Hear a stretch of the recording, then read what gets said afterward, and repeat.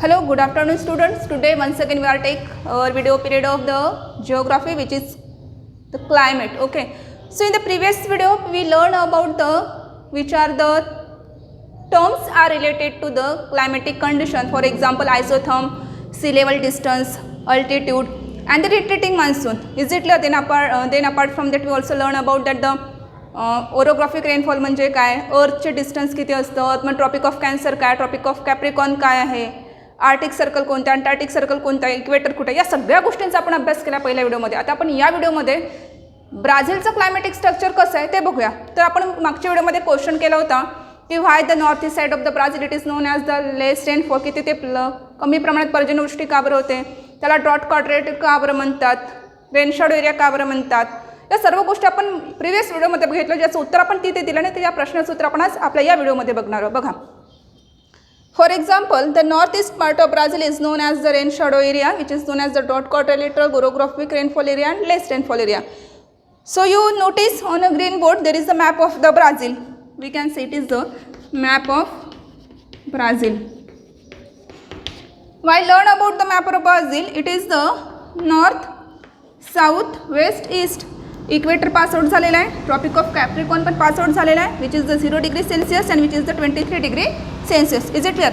मग आता north east side, आता नॉर्थ ईस्ट साईड म्हणजे कुठली, which direction, which side of Brazil it is known as the north east of Brazil. मग बघा, ही नॉर्थ आहे आणि ही ईस्ट आहे आणि ही साऊथ आहे. मग या नॉर्थला पण अभ्यास याच्या अगोदर बघितला की नॉर्थ साईडला काय आहे, काय आहे. Yes, the north side there is the north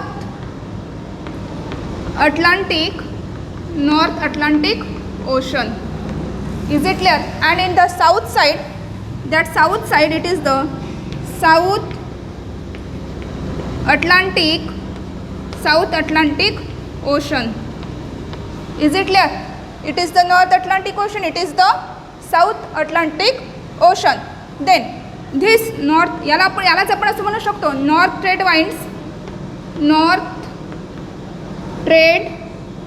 winds, we can say it is known as the south trade winds. North trade winds, south trade wind. Trade wind म्हणजे बघितला आहे, याच्या अगोदर सांगितलं आहे की ट्रेड वाइंड म्हणजे काय. Trade wind it is known as the monsoon वारे. North east trade wind, north आणि ईस्ट पकडले आणि साऊथ ईस्ट टू साऊथ. आता बघूया, this particular area it is known as the drought coordinator और ओरोग्राफिक रेनफॉल. मग आता आणि हा जो हायलँड आहे, या साईडला जो येणारा भाग आहे which is known as the highland. कोणता हायलँड आहे? ब्राझिलियन हायलँड आहे, Brazilian highland. Is it clear? उंच जमीनची आहे ब्राझीलची, it is the Brazilian highland. त्याच्या अगोदर इथे जर बघितलं, या साईडला हा जो कप्पा आहे, ठीक आहे, ही जी साईड आहे, this portion it is also non as the great escarpment. बघा, आता आपण याच्या अगोदर बघितलं होतं की white is known as rain shadow. तरी पण आपण एकदा पुन्हा रिवाईज करूया की ओरोग्राफिक रेनफॉल म्हणजे काय. We assume it is the map of mountain. याला आपण माउंटेन ॲझ्युम करूया, माउंटेन, ठीक आहे. मग आता काय, या माउंटेनची जी हाईट आहे, हे जे आहे, जे ॲरोज आहेत, हे ॲरोज ट्रेड वाईन शो करतात. We can it is known as the trade wind. हे ट्रेड वाईन शो करतात, बरोबर आहे. याची जी अल्टिट्यूड आहे, अशी अल्टिट्यूड असते, याची जी हाईट आहे किंवा माउंटेनची जी अप साईड आहे, वरची जी साईड आहे, वरती जी साईड आहे, ही जी साईड आहे, उंच प्रदेश किंवा उंच जो भाग आहे, ह्या माउंटेनचा हा उंच भाग, हे जे ट्रेड वाईन्स या दिशेने जात आहे, या ट्रेड वाईनला ही जी हाईट आहे, ही जी अल्टिट्यूड आहे, ही काय करत आहे, बॅरियर करत आहे, अडथळा निर्माण करत आहे मान्सून वाईन्सच्या फ्लोमध्ये. मग हे जे ट्रेड वाईन्स आहे, हे बॅरियर, हे ट्रेड वाईन्सला जी हाईट आहे, अल्टिट्यूड आहे, माउंटेनची जो उंच भाग आहे, तो काय करतात, बॅरियर तयार करत आहे. म्हणून ते काय करतात, इकडे न येता ते रिटर्न येत आहे इकडेच. म्हणजेच इकडे पाऊस जात नाही आहे. पाऊस जात नाही याचा अर्थ असं काय की त्या दिशेला मान्सून ट्रेड वाईन्स जात नाही आहेत. In that side there is not going to the monsoon winds. They retreat, ते पुन्हा वापस परत येतात. म्हणजे इकडे पर्जन्यवृष्टी होत नाही. आणि जर इकडे पर्जन्यवृष्टी झाली नाही तर मग त्याला काय म्हणू आपण, व्हेरी गुड, लेस रेनफॉल एरिया किंवा ड्रॉट कॉर्डिनेटर एरिया किंवा रेन शॅडो एरिया, तिथे पर्जन्यवृष्टी होत नाही. झालीच तर तू अतिशय कमी प्रमाणात होते. Is it clear? यालाच आपण ओरोग्राफिक रेनफॉल म्हणतो. मग ही सेम कंडिशन धिस अप्लाय इकडे. मग हीच कंडिशन आपण इकडे अप्लाय करू की ही जे ब्राझीलचा जो हायलँड आहे, द हायलँड साईड. मग आपण बघूया की ब्राझीलचा जो हायलँड आहे, कदाचित तुम्ही जर जाऊन बघा गेलेस तर ब्राझीलला, तिथली जी हायलँड्स आहे ती हायलँड्स, ब्राझीलची जी हायलँड्स आहे ती बॅरियर करते कशाला? नॉर्थ ईस्टची जी वाइंड्स आहे त्या वाइंड्सला, जे ब्राझिलियन हायलँड्स आहे ह्या हायलँड्समध्ये जे नॉर्थ जे मान्सून वाइंड्स आहे, कुठले मान्सून वाइंड्स? काय म्हटलं आहे की north east part of Brazil is known as the rain shadow area. हा जो रेन शॅडो एरिया हा लेस असतो, कारण हे जे मान्सून वाइंड्स आहे, इकडले जे मान्सून वाइंड्स आहे ते मान्सून वाइंड्स तिकडे जात नाही. का नाही जात? का नाही जात? बरोबर आहे. हा जो हायलँडचा जो भाग आहे, ब्राझिलियन हायलँडचा जो भाग आहे, तो ब्राझिलियन हायलँड आणि ह्या ग्रेट एस्कार्पमेंट हे बॅरियर तयार करतात. कशामध्ये बॅरियर करतात? साऊथ ईस्टचे जे वाइंड्स आहे किंवा नॉर्थ ईस्टचे जे वाइंड्स आहे त्या वाइंड्सला ते बॅरियर तयार करतात. त्या बॅरियर म्हणजे अडचण निर्माण करतात. So that's why the rainfall it is not going in the region of the north east. म्हणून तो नॉर्थ ईस्ट साईडचा जो रिजन आहे तो तसाच राहतो, तिथे पर्जन्यवृष्टी होत नाही. तिथे म्हटलं आहे north east part of Brazil is known as the rain shadow area. या साईडला पर्जन्यवृष्टी होत नाही, कारण इकडनं येणारे जे मान्सून वाइंड्स आहे ते मान्सून वाइंड्स ब्राझिलियन हायलँड्स काय करते? थांबवून ठेवते, स्टॉप करते, बॅरियर करते. त्यामुळे तिकडे जात नाही. इकडे गेले नाही तर तिथे पाऊस पडत नाही. That's why this area it is known as the less rainfall area. Right down the question and the answer.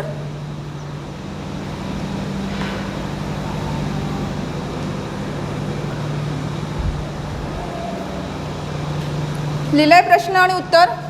काय लिहिलं आहे? साऊथ ईस्ट वाइंड आहे ना, साऊथ ईस्ट वाइंड आपण याच्या अगोदर बघितलं आहे. लक्षात आहे का? कुठे आहे लक्ष? हे जे साऊथ ईस्टचे जे वाइंड्स आहे, हे साऊथ ईस्टचे जे वाइंड्स आहे ते नॉर्थ ईस्टला काय करतात? बॅरियर तयार करतात, ऑब्स्ट्रक्शन्स तयार करतात. So that's why this south east wind can not go in this way. So that's why this area it is known as the rain shadow area. The next question, ready? Next question we learn about, then write down the answer. या प्रश्नाचं उत्तर दिलं आहे तुम्हाला. प्रश्न लिहून टाका बुकमध्ये. त्या प्रश्नाचं उत्तर लिहा. आपण दुसरा प्रश्न बघतोय की ब्राझीलमध्ये सायक्लोन का फॉर्म होत नाही. ठीक आहे, लिहा.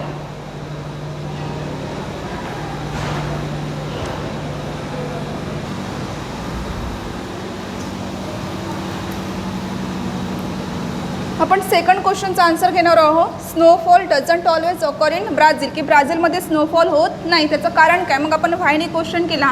That why we get the answer. Map तोच आहे, तसंच बघूया. मग आता snowfall doesn't always occur in Brazil, की ब्राझीलमध्ये स्नोफॉल होत नाही. याचं कारण काय? बघा, आपण एक मॅप काढला होता, तो जर तुम्हाला आठवत असेल तर लक्ष द्या. बघा, तो एक मॅप आपण डायग्राम काढली होती, आठवतं का? इक्वेटर केलं होतं. ठीक आहे, this side, this line we show it is the equator. बरोबर आहे. ही मध्य रेषाला आपण इक्वेटर काढलं होतं.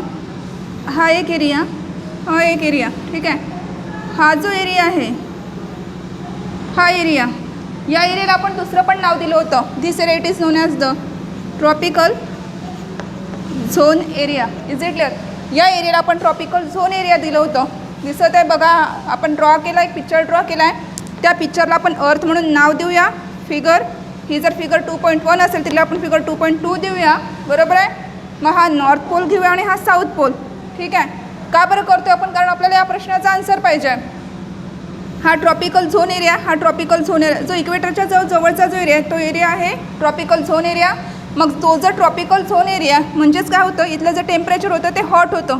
हॉट म्हणजेच इथलं जे टेम्परेचर होतं ते गरम टेम्परेचर होतं. This side of the temperature it is known as the hot temperature, because it is known as the tropical equator. आणि का बरं उदाहरण बघितलं? हा जो सन आहे, इथलं जे हॉट टेम्परेचर आहे, इथलं जे टेम्परेचर आहे हॉट का बरं आहे? कारण सूर्याची किरणे काय करतात? इकडे सरळ येतात, perpendicular. So that's due to the rays of the due to the sun rays this tropical zone area it is going to become too hot. So that's why this area it is known as the tropical zone area or temperature area. Is it clear? एवढं लक्षात राहील. इतकं जर लक्षात राहिलं तर मग या प्रश्नाचं उत्तर आपल्याला घेता येते. बघा आता, इक्वेटर पास आउट आहे, पास आउट आहे. इथे ट्रॉपिक ऑफ कॅप्रिकॉर्न पास आउट आहे. म्हणजेच जिथे जर इक्वेटर पास आहे तर म्हणजे तिथलं जे त्या एरियाचं जे टेम्परेचर आहे ते कसं आहे, हा ट्रॉपिकल झोन एरिया झाला ना. मग हा ट्रॉपिकल झोन एरिया. मग हा जर ट्रॉपिकल झोन एरिया झाला तर म्हणजेच इथलं टेम्परेचर कसं आहे, यस इथलं टेम्परेचर गरम आहे, उष्ण आहे.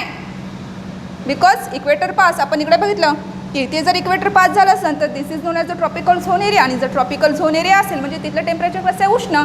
आणि स्नोफॉल होण्यासाठी उष्ण तापमानाची गरज पडत नाही. तिथलं टेम्परेचर कसं पाहिजे, कूल पाहिजे, थंड पाहिजे. कारण कंडेन्सेशन प्रोसेस व्हायला पाहिजे, पर्सिपेशन प्रोसेस व्हायला पाहिजे. त्या कंडेन्सेशन आणि पर्सिपेशन प्रोसेस होत नाही कारण इथलं जे टेम्परेचर कसं आहे, अतिशय उष्ण आहे. हा ट्रॉपिकल झोन एरिया आहे. So that's why the snowfall doesn't always occur in Brazil. आणि जे temperature near about the temperature in Brazil हे जवळपास ते 18 degree celsius to near about 25 degree celsius असतात जवळपास.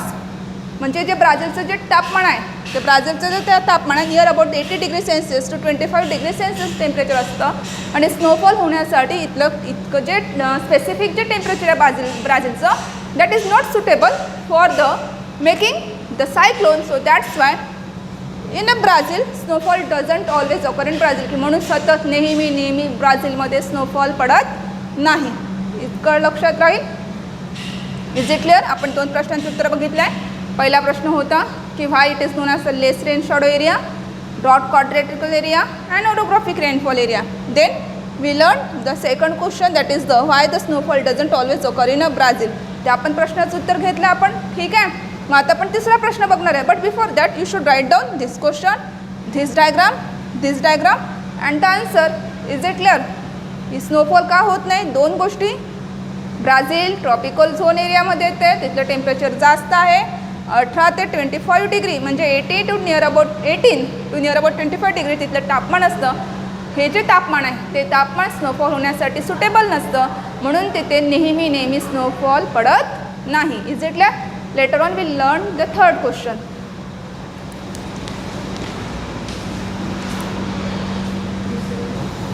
ओके, बघ नेक्स्ट क्वेश्चन आपण बघतोय की tropical cyclones occur rarely in Brazil. की ट्रॉपिकल सायक्लोन्स की चक्रीवादळ जे काही आहे ते चक्रीवादळ ब्राझीलमध्ये का होत नाही त्या प्रश्नाचं उत्तर आपण घेणार आहोत. इथे लिहून ठेवलेलं बघा, एक नोट्स म्हणून देत आहे. In the coastal region near the equator as the sun rays are perpendicular there is not much difference in the temperature of the country throughout the year. नाही समजलं, आपण उदाहरण बघून समजून घेऊया. कोस्टल रिजन हे तुम्ही तुमच्या बुक्समध्ये लिहून घेऊ शकता. आपण प्रश्नाचं उत्तर डायग्रामने समजून घेऊ की ब्राझीलमध्ये सायक्लोन्स का ऑकर होत नाही. सायक्लोन्स होण्यासाठी 2 गोष्टीची गरज असते. एक आहे पर्सिपेशन, दुसरं आहे कंडेन्सेशन. मला वाटतं 8व्या वर्गामध्ये जेव्हा तुम्ही असाल तेव्हा तुम्हाला माहिती असेल की कंडेन्सेशन म्हणजे काय आणि पर्सिपिटेशन म्हणजे काय. या दोन्ही प्रोसेस पाऊस होण्यासाठी काय असतात, गरजेचे असतात. किंवा सायक्लोन किंवा स्नोफॉल होण्यासाठी गरजेचे असतात. आपण उदाहरण बघूया की ब्राझीलमध्ये सायक्लोन का फॉर्म होत नाही, ट्रॉपिकल सायक्लोन का फॉर्म होत नाही. इक्वेटर आहे, ही जी लाईन आहे, this line shows the equator. आपण अर्थचं ॲझ्युम करतोय. हा आर्टिक सर्कल, हा Tropic of Cancer, Tropic of Capricorn and Antarctic Circle and this line shows the equator. आपल्याला माहितीच आहे, आपण अगोदर पण बघितलं आहे की whatever the region near the equator it is known as the tropical zone area. मग लिहा tropical zone area, tropical zone area. This side it is known as the tropical zone area. हा उष्ण आहे, हा hot temperature आहे. हा का बरं हॉट टेम्परेचर आहे, उष्णकटिबंध का बरं आहे? Because due to the whatever the sun rays are going to the perpendicular on near about the equator region. उदाहरण बघूया.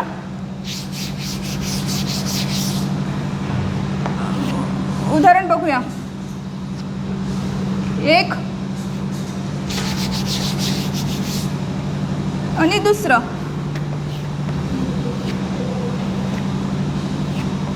तुम्ही पण ड्रॉ करू शकता. प्रश्नाचं उत्तर घ्यायचं असेल तर आपण त्याला ड्रॉ करूया. बघा, ही अर्थ आहे, ठीक आहे. हा नॉर्थ घेतला आणि हा साऊथ पोल घेतला आहे. आपण याला सन गृहीत धरूया. We assume it is known as the sun. हा जो सन आहे आणि हे जे इक्वेटर आहे, हा जो एरिया आहे, is it clear? This area very well non that it is known as the tropical zone area. Arctic circle, Antarctic circle, नावं लिहून घ्या. मग हा जो सनरेज आहे, हे जे सनरेजचे जे सनचे जे सनरेज आहे म्हणजे सूर्याचे जे किरण आहे ते सूर्याची किरण डायरेक्ट परपेंडिक्युलरमध्ये नियर इथे जातात. कुठे? ट्रॉपिकल झोन म्हणजे इक्वेटरच्या जवळ जातात. त्या इक्वेटरच्या जवळ केल्यामुळे जो इक्वेटरचा जो एरिया आहे तो काय होतो? हॉट होतो. म्हणजेच जे टेम्परेचर आहे तिथलं काय होतं? हॉट टेम्परेचर होतं. आणि इथलं जर हॉट टेम्परेचर असेल it is known as the tropical zone area. बरोबर आहे. आणि ट्रॉपिकल झोन एरिया असल्यामुळे अतिशय उष्णता असल्यामुळे तिथे जे आहे काय होत नाही? सायक्लोन फॉर्म होत नाही. कारण कंडेन्सेशन आणि पर्सिपिटेशन प्रोसेस तिथे होत नाही. होते असेल तरी खूप कमी प्रमाणात होत असेल. कारण रेन शॅडो एरिया आपण याच्या अगोदर बघितलं की तो रेन शॅडो एरिया आहे. So due to that reason the tropical cyclones rarely, खूप दुर्मिळपणे तिथे काय होतात? फॉर्म होतात. Because this region is come in to the tropical zone area. आणि मग यासाठी पुन्हा दुसरी गोष्ट असते की जे आपण ट्रेड वाइंड म्हणत असतो, हे जे ट्रेड वाइंड्स आहे बघा, हे ट्रेड वाइंड्स आहे. हे जे ट्रेड वाइंड्स आहे हे जे वीक आहे. म्हणजे for example tropical cyclone occur in Brazil, जे ट्रेड वाइंड्स आहे म्हणजे इकडनं जे जाणारे जे काही ट्रेड वाइंड्स आहे, मान्सून वारे, जे काही मान्सून वारे आहेत ते मान्सून वारे काय? वीक आहे. म्हणजेच वीक याचा अर्थ असा की तिथे आपण बघितलं की ब्राझिलियन हायलँड्स आहे, कोस्टल एरियाच्या बाजूला एस्कार्पमेंट आहे, त्यांची जी हाईट आहे ती हाईट काय करत असते?